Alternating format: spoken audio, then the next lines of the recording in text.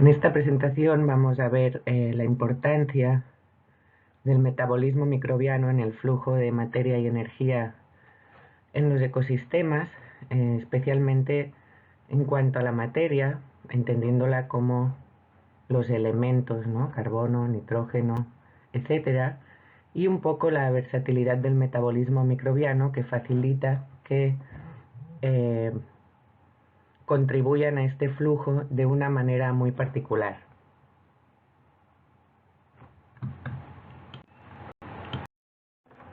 Los microorganismos procariotas, que incluyen bacterias y arqueas, son organismos clave en la transformación química que sufren los elementos, carbono, nitrógeno, oxígeno, azufre, etc., a lo largo de los ciclos biogeoquímicos.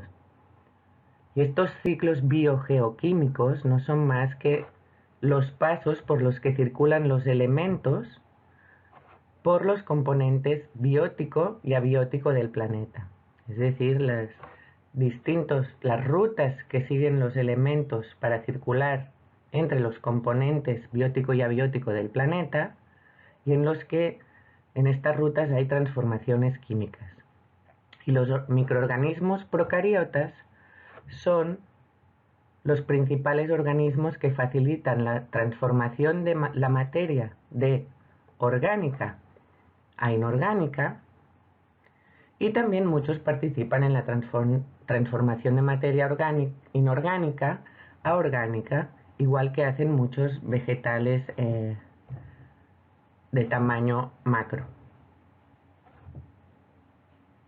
En este sentido, los microorganismos juegan un papel crítico en la biodisponibilidad de muchos elementos. Y solo para asegurar que hablamos el mismo idioma, recordar que la biodisponibilidad es la disponibilidad de una sustancia para ser tomada y usada por organismos biológicos vivientes. Es decir, los organismos no pueden usar todas las sustancias para su nutrición debido a que no presentan siempre los enzimas necesarios para usar unas ciertas sustancias o no presentan los mecanismos fisiológicos para ello. Las sustancias que sí pueden usar son las que son biodisponibles. Las bacterias, gracias a que son muy diversas y existe en el grupo de bacterias o de procariotas una gran diversidad metabólica, presentan algunos grupos que pueden transformar sustancias inorgánicas a otras sustancias inorgánicas u orgánicas que los demás organismos pueden usar.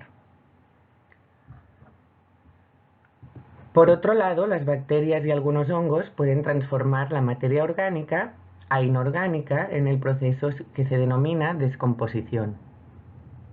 Y además, muchos productores primarios son bacterias que transforman la materia inorgánica a orgánica. Esto sería lo equivalente a lo que hacen productores primarios vegetales más grandes.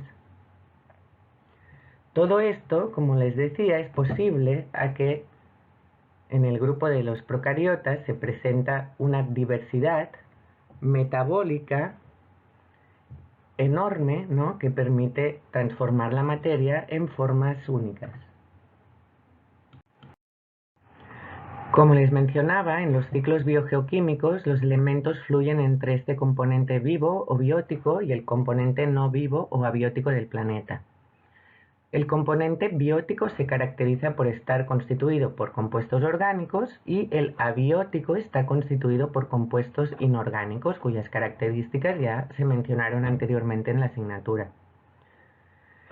El intercambio entre elementos o de elementos entre el medio biótico y abiótico es en gran parte llevado a cabo por la microbiota.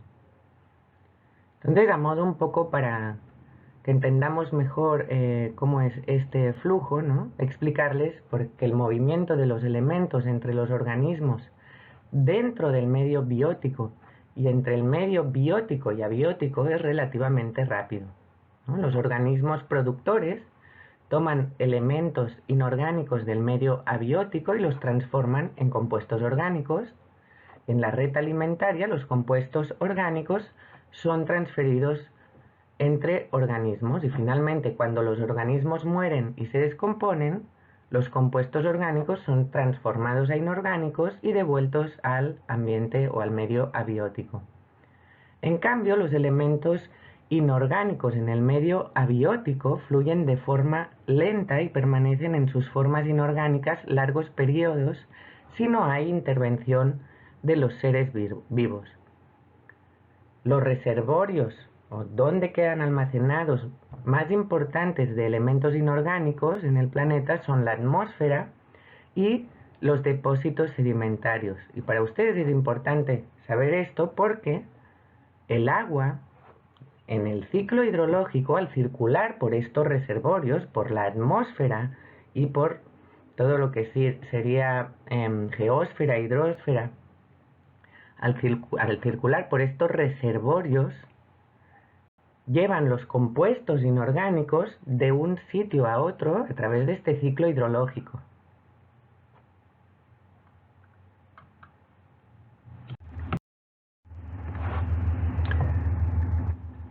Los procesos de transformación de materia orgánica a inorgánica y viceversa son resultado de la diversidad metabólica de la microbiota.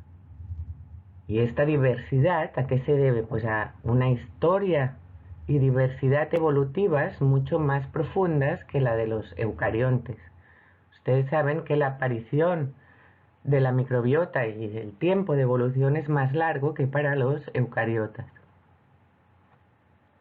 Entonces, para hablar de diversidad metabólica, primero entendamos que el metabolismo microbiano es el conjunto de procesos mediante los que un microorganismo obtiene la energía y los nutrientes que necesita para vivir y reproducirse.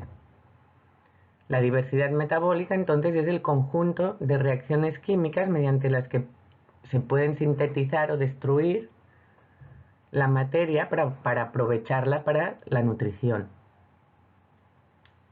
En este sentido, los microorganismos presentan rutas metabólicas muy variadas con respecto a los organismos eucariotas.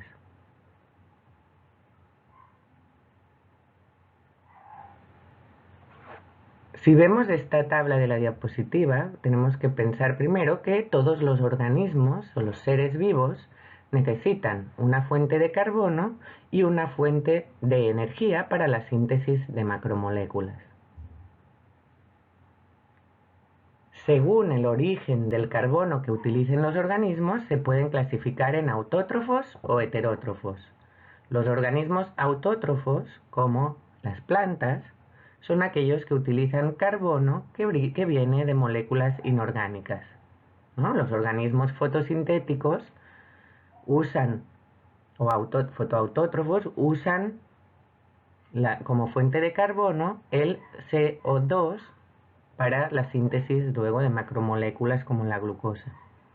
En cambio, los organismos heterótrofos usan carbono que proviene de moléculas orgánicas, como por ejemplo los humanos, las vacas. Estos organismos necesitan ingerir materia orgánica para su nutrición. Es decir, a partir de fuentes de carbono orgánico como la glucosa sintetizan más carbono orgánico en otras macromoléculas o en la glucosa misma. En cuanto al uso de energía, los organismos pueden usar energía del sol para reducir compuestos para reducir los compuestos, y cuando usan la energía del sol se denominan fotótrofos o fotosintéticos. Recuerden que el prefijo foto significa luz, como de fotón. Por tanto, son organismos que sintetizan materia utilizando la energía de la luz. Por el contrario, hay organismos que usan energía química almacenada en compuestos orgánicos o inorgánicos y se denominan quimiosintéticos, ¿no? Entonces, fuente de carbono, autótrofos y heterótrofos; fuente de energía, fotosintéticos o quimiosintéticos.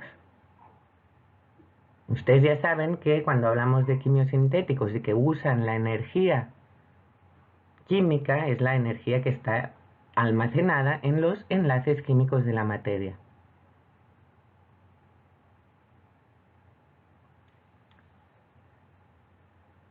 Los organismos también se pueden clasificar por las moléculas que usan como donadores de electrones o aceptores de protones en las reacciones químicas de oxidación-reducción de la materia o de equivalentes reductores.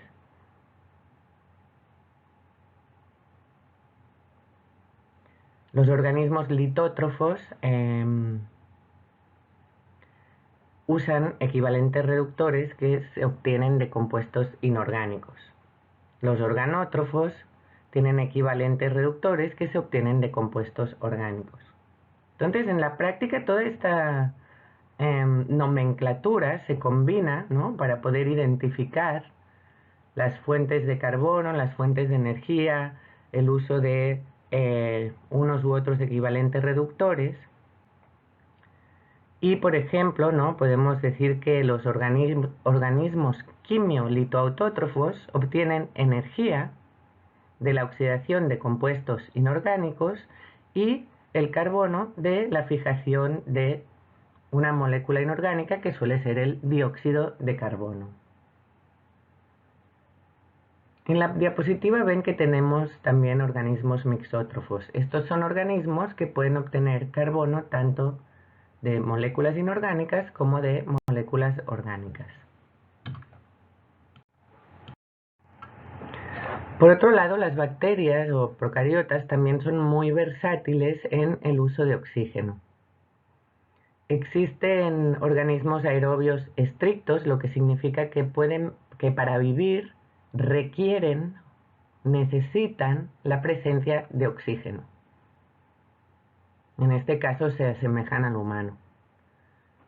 Existen organismos anaerobios estrictos y esto significa que para vivir necesitan un ambiente carente de oxígeno, o lo que es lo mismo, un ambiente anóxico.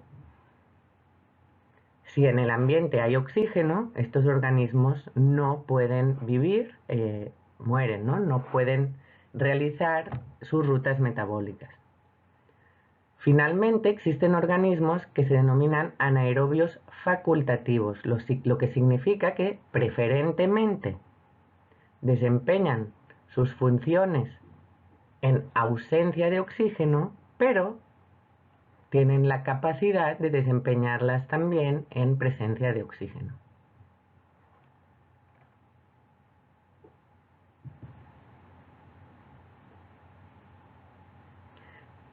En definitiva, la diversidad de bacterias que hay en el planeta presenta todas las combinaciones de uso de carbono y energía y las posibilidades de uso de oxígeno.